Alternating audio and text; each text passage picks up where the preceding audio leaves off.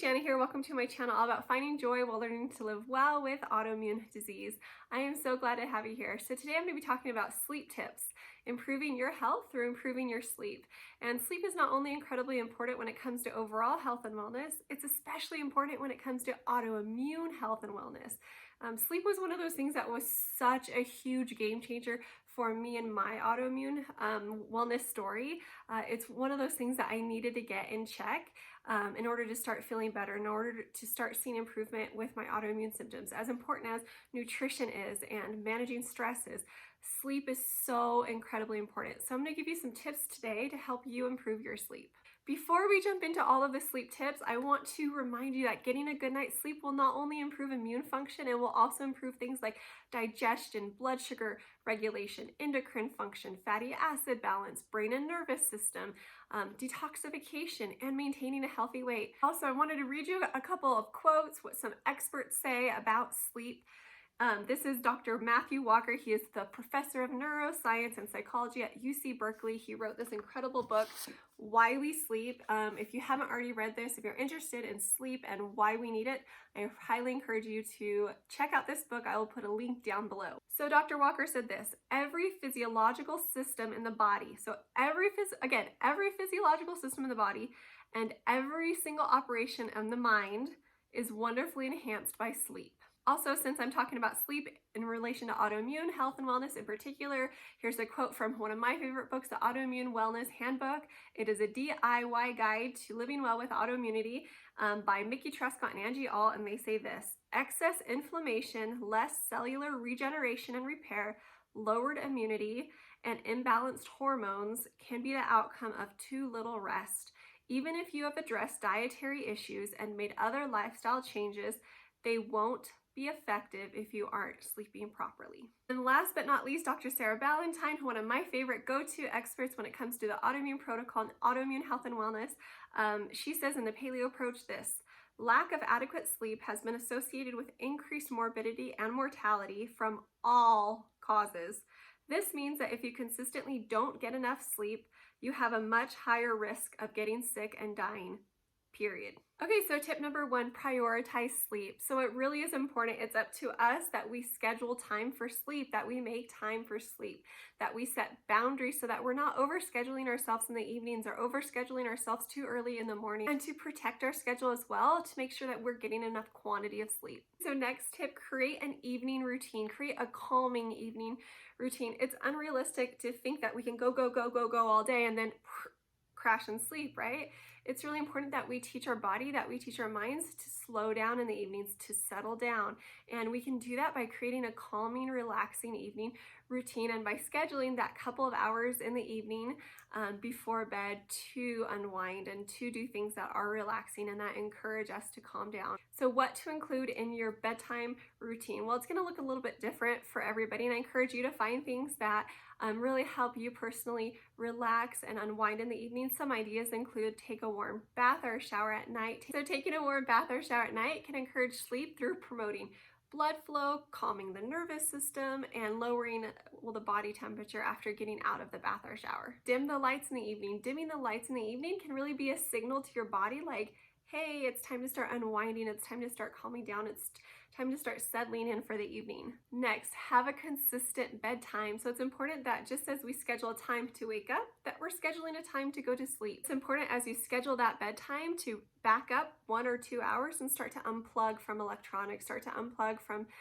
phones and social media and TV and iPads and laptops and all the things. You know that you're staying up too late and you know you need to go to bed early. I wouldn't all of a sudden start going to bed like 2 hours earlier. I would gradually adjust to your bedtime by 10 to 15 minutes earlier every day. Also, if you're like, Shanna, I cannot give up electronics, I refuse to, I need my TV at night, I need my Netflix at night, I need whatever at night, then I encourage you to go ahead and get a pair of blue light blocking glasses that can at least block that blue light. Something else that might be calming in the evening is using essential oils, calming essential oils. Some ideas include like frankincense and lavender, both very calming. You can use those topically, you can use those aromatically. Another thing that can be a great part of an evening routine is writing in a journal. And you can either take a minute and write down, thoughts and feelings and events from the day. to kind of just process them and unwind. Or if you want to keep it a little bit simpler, you can just jot down 5 to 10 things that you're grateful for every evening. Or if you want to do like a victories journal, which I do and I love. What is a victories journal? Well, what I call a victories journal is I write down 5 to 10 things that happened that day that I can be proud of that I did. And it can be little things or it can be bigger things, just things that and that kind of helps me process the day too, that, you know, this is what happened, this is what I can be proud of, I'm focusing on the positive. Something else that might be helpful for you, it might not, is if you jot down things that you don't want to forget to do the next day. That could be helpful in that it gets it off of your mind and down on paper so you don't forget. It might not be helpful if it starts getting you thinking too much about all the things you need to do tomorrow, and then it may hype you up or stress you out.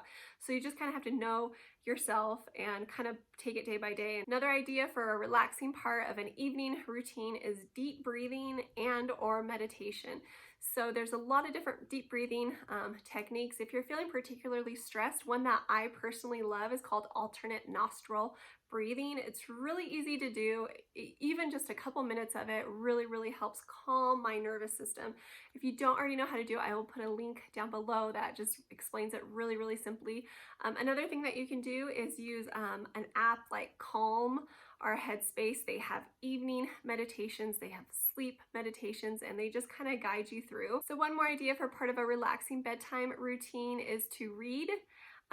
Read a calming book or read a favorite book. You could read a book that you've already read that you know that you love. That way you're not like staying up to try to find out what happens. You could read like a personal growth book if that's your jam. Next sleep tip is to set the mood for sleep. So now you've gotten your relaxing evening routine down, hopefully. Now let's go ahead and set the mood for sleep. So you want to make sure that you're sleeping in a dark room.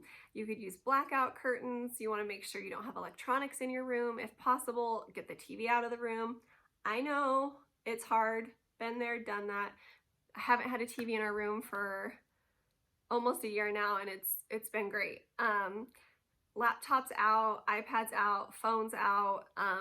If you do have anything in your room that's has like an LED light at night that just always is on, what you can do is you can get some dark tape, kind of like a painter's dark tape or some other kind of dark tape, and put the dark tape over the light so that it's not showing, so that you have a completely black dark room as much as possible. The other thing that you can do is use a sleep mask. My favorite sleep mask, I just got it on Amazon. It's like $9, I think. It's made by Alaska Bear, and it's super silky, and you can just like, it doesn't bother me at all. It's not super tight, and it's just super nice, and it doesn't, I never thought I'd be able to sleep with the sleep mask on. Now I take it everywhere I travel with it. I even though we have like dark curtains and we live in the mountains where it's pretty dark, I still use a sleep mask. I just love this. So I'll put a link down below if you want to check out this one. So next, assuming that your room is nice and dark, you're going to want to make sure your room is nice and cool. So studies show that people sleep best at a temperature around 65 degrees Fahrenheit, 18 degrees Celsius. So be sure to keep your room nice and cool, and that will encourage sleep as well. My next tip was especially helpful for me, and that is to use a white noise machine. There's a number of them out there. My favorite, it looks a little bit funny, but this is my favorite. I first saw these at my brother's house years and years ago, and I was like, those things are weird. What's that all about? And then I used one at his house, and I loved it so much. It's really simple. You just, there's like a high and a low button right here. So that's low, and that's high. But what I love about it is that then you can adjust the sound. Like you can adjust this, so I'll turn it on and show you. And then you can adjust this too.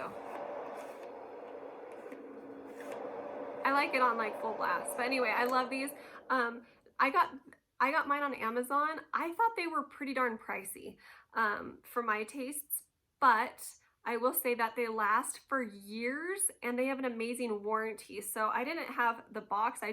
One of ours, after like years, something happened to it. It wasn't working as good. The noise was off. And so I called them just on the off chance that they could help me.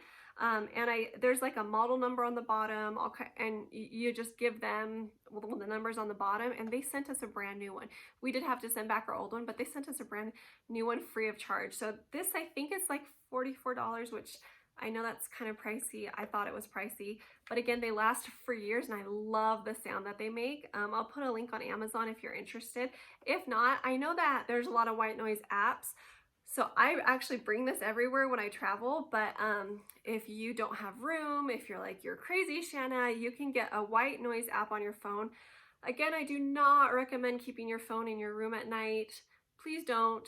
But if you're traveling and you need white noise machine to block out noises in the hotel or wherever where you're traveling, there are apps on the phone that can, or there's like, if you go to Apple Music, there's like white noise on that too. So those are some options for when you're traveling.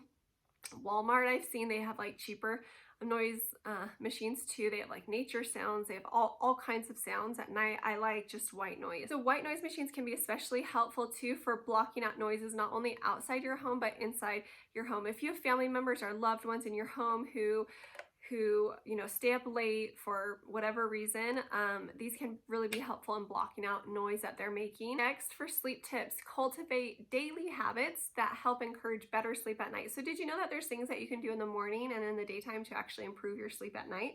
Pretty awesome. So one of them is eating things like nutrient-dense foods that promote sleep, things like seafood and organ meat and bananas and kiwi. Also hydrate in the daytime, but not too close to bedtime. Aim to drink at least half of your body weight in ounces of water every day. So Shanna, what does hydration and dehydration have to do with my sleep? Okay, awesome question. So dehydration can lead to dryness in the nasal passages and in the mouth, which can lead to snoring. So you really want to make sure that your man is hydrated too, so that his snoring is not keeping you up. Another thing, dehydration can lead to painful leg cramps. Do you ever get those like leg cramps at night, in the middle of the night, in your calf, and then so painful? The best bet for hydration is to stay hydrated continuously throughout the day. Don't drink too much at night. Don't not drink anything in the daytime and then be like, oh my gosh, I need to hydrate, and then drink it all at night, because then you're just going to be up going to the bathroom all night anyway. You don't want to do that. Get out in nature. So keep in mind that getting out in nature not only is calming, but it also helps us get in tune with the natural cycle of the earth. And keep in mind too that it is natural for us to sleep longer in the winter months. Next tip is to wake up calmly in the morning when possible. So if you are waking up to this blaring, loud alarm clock, you're waking up and you're immediately triggering a stress response in your body. So when possible, we want to avoid triggering that stress response. Some ideas, if you need to wake up with an alarm clock, some ideas include they have these alarm clocks that mimic a sunrise. It's like a light alarm clock. They mimic a sunrise, so you're waking up to light. Or you can choose an option on an alarm clock that's more like nature sounds and calming sounds. That's not like Next tip is to get moving. So movement like yoga and walking is not only just healthy for you, but it can also help your circadian rhythm, help improve that, which is going to help improve your sleep. It's going to help your metabolism, but you really want to be mindful. If you do more intense exercises, you really want to be mindful about the time of day that you're doing it. If you're doing it too close to your bedtime, it may leave you feeling amped up and wired and unable to start to calm down in the evening. So if you're doing intense exercise, you're going to want to save that for earlier in the day. Speaking of yoga, there are some awesome bedtime yogas. That Yoga with Adriene has an awesome bedtime yoga. The Down Dog app has some awesome yogas that are very, very calming.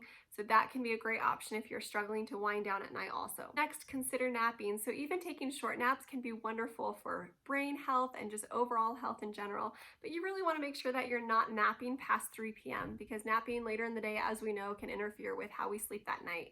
So if you need it, take a short nap earlier in the day and just experiment with it and see how your body does. Next, for sleep tips, dietary considerations. So there's things that we can do with our diet to help improve our sleep. Number one, we want to make sure that we avoid eating large meals too close to bedtime. So eating large meals too close to bedtime can really cause things like indigestion, which can interfere with our sleep. So a light snack before bed, if you need it, is not a problem, but I wouldn't eat like this huge dinner right before you go to sleep. Also, blood sugar regulation. So blood sugar dysregulation can really wreak havoc on your sleep. So improving blood sugar regulation, you can do things like making sure your meals are macro balanced, meaning that you're getting a protein, carbs in the form of veggies, healthy fats at every meal. Also, things like stress really affect our blood sugar regulation. So take take time to figure out how to manage your stress and how to keep stress away as much as possible. Also, get moving, walking, yoga, movement can really help your blood sugar regulation also. Next, be sure to include plenty of omega-3 fatty acids into your diet. So the really cool thing about omega-3 fatty acids is they help to regulate the production and release of melatonin, which will help your nighttime circadian rhythm, which will in turn help improve your sleep. Also, really cool thing is that inflammation, well, it's either cool or it's not cool depending on your body, but inflammation affects sleep. And so as we try to lower the inflammation in our bodies, our sleep usually improves. So one really cool way to decrease inflammation is through our diets. So as we eat nutrient-dense whole foods, unprocessed foods, unpackaged foods, our inflammation levels typically go down as we're eating in an anti-inflammatory way, like if you are on the autoimmune protocol AIP, your inflammation should start to come down, and that should help improve your sleep too. And as far as how long it takes, it depends on the person. So sleep tips for shift workers. So if you are a shift worker, if you're up working at night and sleeping in the daytime and you're just struggling with your sleep hygiene, here are some tips.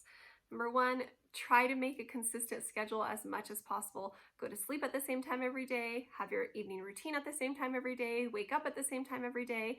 That consistent schedule is going to really help improve your sleep. Also, again, things like making sure that your room that you sleep in is as dark as possible, that you're taking out distractions like phones, like TVs, like computers, anything that's going to wake you up.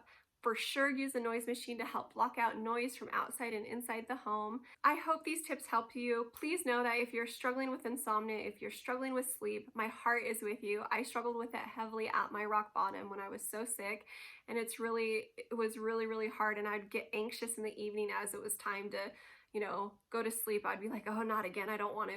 And it's really hard. And so please just know that you don't have to change everything at once. Like, don't stress yourself out. Stress is just going to make the situation worse. It's going to make your health worse, because not only then will you be not sleeping, then you'll be stressed out. And both sleep and stress have a very huge impact on our health, especially autoimmune health. So I encourage you to love yourself through this process. Be kind to yourself, be patient to yourself, talk to yourself as you would a loved one, and just choose one little thing to change at a time so that you don't feel overwhelmed. If you know that cutting out your Netflix at night is going to stress you out, save that for last. Try to do all these other things first. You know you best, you know what you need.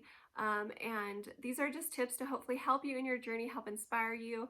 And please know I'm cheering you on so loud. I know this is hard, but I know that you're strong enough, you can do this. And I'm sending you lots of love and support. Let me know if you have any questions at all. I am always happy to answer them. Please let me know if you have any sleep tips. I know different things work for different people.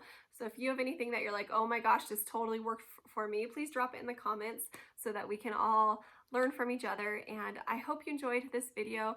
I publish new videos every week, so if you don't want to miss any, please hit subscribe. And I hope you have an amazing week.